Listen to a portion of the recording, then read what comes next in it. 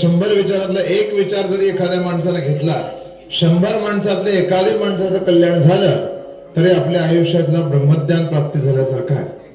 का तर बिघडवणारे 100 जण भेटतील, दारूचा पेला आहे तो पी म्हणणारे 100 जण भेटतील, पण तो समोर आहे तो का नाही प्यायचा आहे, त्याचा दुष्परिणाम काय आहे हे सांगणारे फार कमी भेटतील.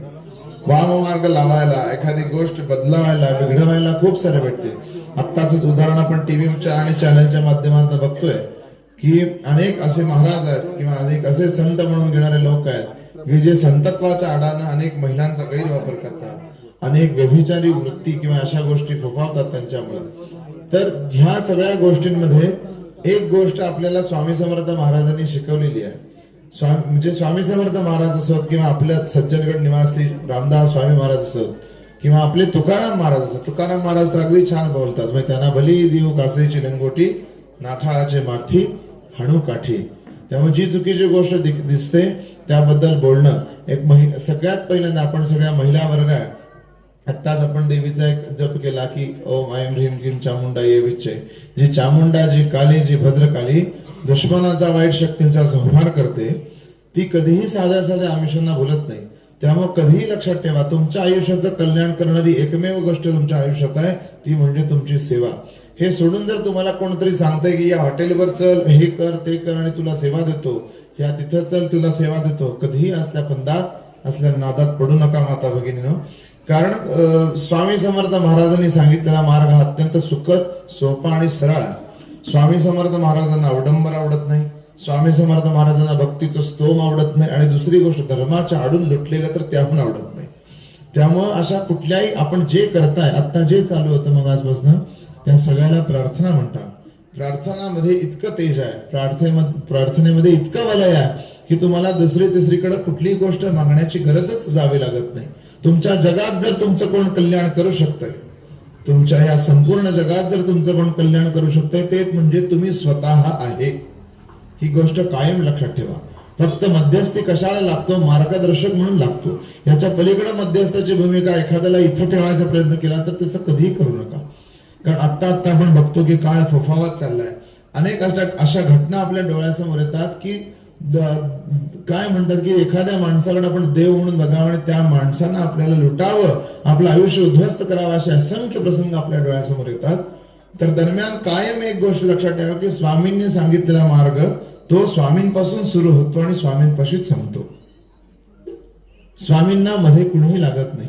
फक्त म्हणलं तसं की आपण ज्या ठिकाणी जातो तिथे एक भूमिका निभावणारे केंद्र प्रमुख असतील किंवा तिथे भूमिका निभावणारे आपल्याला स्वामी मार्गात आणणारे प्रमुख असतील, यांच्या सेवा सोडल्या, यांनी शिकवलेले मार्ग सोडले तर अन्य कुठल्याही आर्थिक बाबी खर्च करून स्वामी प्राप्त करण्याचा मार्ग कुठेही शोधू नका, महाराज मिळणार नाहीत. महाराजांचं उदाहरण सांगतो. स्वामी समर्थ महाराज जेव्हा अक्कलकोटमध्ये होते तेव्हा अक्कलकोटमध्ये स्वामी समर्थ महाराजांच्या काळामध्ये तेव्हाचे राजे म्हणजे छत्रपती श्रीमान श्री श्री घराण्यातले मालोजी राजे तेव्हा अक्कलकोट स्वामी समर्थ महाराजांच्या दर्शनाला गेले आणि मनामध्ये इच्छा होती संतती प्राप्ती. संतती प्राप्तीच्या उद्देशाने जेव्हा राजे तिथे गेले आणि आपण म्हणतो की ज्याप्रमाणे छत्रपती श्री श्री शिवाजी महाराज, छत्रपती संभाजी महाराज ज्यांच्यामुळे आज देवळातले देव असोत किंवा धर्म असोत किंवा सगळ्या गोष्टी अत्यंत छान आणि सुरक्षितपणे आहेत, तर जेव्हा छत्रपती येतात किंवा छत्रपती घराण्यातलं कुणी येतं तेव्हा एक गारद दिली जाते बघा, किंवा एक मुजरा केला जातो. आपण जसं छत्रपतींना प्रौढ प्रताप पुरंदर म्हणून करतो, तर तशाच पद्धतीने राजेंची गारद झाली. राजे येत आहेत हो असं सांगितलं गेलं, सगळे लोक थांबले, सगळ्या लोकांना बाजूला केलं गेलं. चला राजे येत आहेत स्वामींच्या भेटीला म्हणले, आणि दरम्यान स्वामींसमोर गेले, सगळ्या लोकांना बाजूला काढलं गेलं, सगळ्या लोकांना ढकललं गेलं. तेव्हा स्वामी समर्थ महाराजांना राजेंनी नमस्कार केला. त्या सरशी महाराजांनी राजेंच्या डोक्यावरचा फेटा उडवून लावला.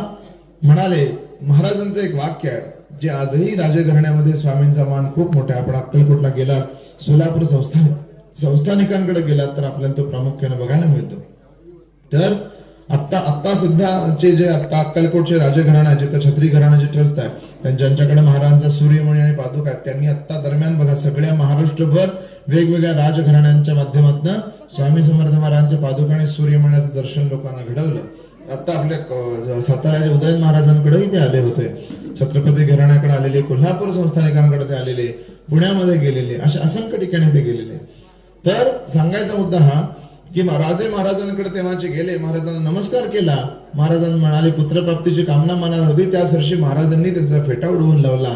म्हणाले तुझ्या या राज ऐश्वर्याचा त्रास, तुझ्या या राज ऐश्वर्याचा त्रास जर माझ्या भक्तांना होणार असेल तर तुझं राज ऐश्वर्य काय कामाचं. राजा हा उपभोक्ता स्वामी नसून उपभोग शून्य स्वामी आहे. तुझ्या या संपूर्ण राज ऐश्वर्याची किंमत माझ्या लंगोटी एवढी नाही म्हटले. विचार कर, महाराज काय म्हणतात, तुझ्या या राज ऐश्वर्याची किंमत माझ्या लंगोटी एवढी नाही, जा तुला मुलगा दिला म्हटले. महाराजांचं त्याच्यात एक वाक्य आहे.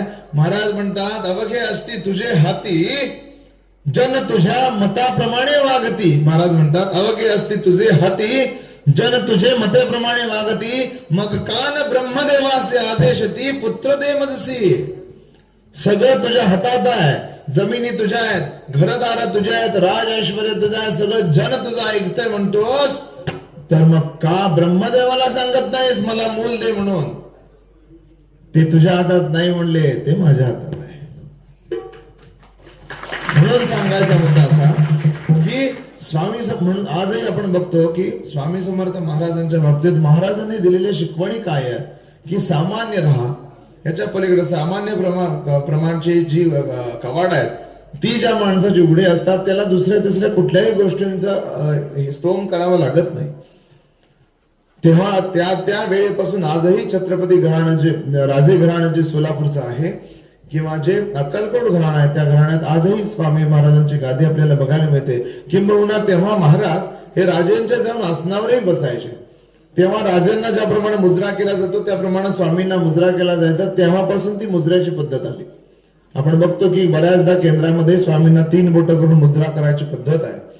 छत्रपतींना मुजरा करावा किंवा छत्रपतींना आपण जसा मुजरा करतो, छातीवर हात ठेवून करतो, अभय मुद्रा करतो, तसा मुजरा करण्याची पद्धत ती राजे करण्यापासून आली. का तर राजा हा विष्णू स्वरूप असतो. विष्णू समोर गेल्यावर नतमस्तक व्हावा हा भाव, आणि त्या भावानं आपण राजांना मुजरा करतो. त्या ज्या राजन्म जसं म्हणलं मग अशी की ज्या राजन्म ज्या छत्रपती श्री श्री शिवाजी महाराजांमुळे असो, छत्रपती संभाजी महाराजांमुळे असो, या दोनही महान योद्ध्यांमुळे आज आपण इथं आरामात बसून कीर्तन प्रवचन ऐकू शकतो आणि करू शकतो. तर त्या महाराजांना समोर नतमस्तक होण्याचा भाव मग तो सगळ्या स्थानिकांना सगळ्या घराण्यांमध्ये आजही पाळला जातो. आणि तेव्हा मग स्वामी समर्थ महाराज राजगादीवर जाऊन बसायचे आणि मग राजांच्या गादीवर बसले म्हणून ते कोणी असो मग त्या ठिकाणी त्यांना नतमस्तक होण्याचा भाव, कारण ती राजगादी आहे. तर तो प्रकार तेव्हापासून आला. आपण आजही बघा महाराजांना बऱ्याच ठिकाणी मुजरा करायची पद्धत आहे ती त्यावरून आली. म्हणजे बऱ्याच जणांना प्रश्न पडतो की मुजरा का करतात. हे लोकांना लक्षात येत नाही ना की जनरली मुजरा पद्धत राजघराण्यातली किंवा मुस्लिम संस्थानिकांकडे, मुघल संस्थानिकांकडे फार होती. पण आपल्या इकडं आपण म्हणतो ना देवांना कधी मुजऱ्याची पद्धत नसते बघा. कधी अंबाबाईला गेला तर असं करत नाही, पण अंबाबाईलाच नमस्कार करतो. तर तो मुजरा का केला जातो तर त्याचं कारण आहे.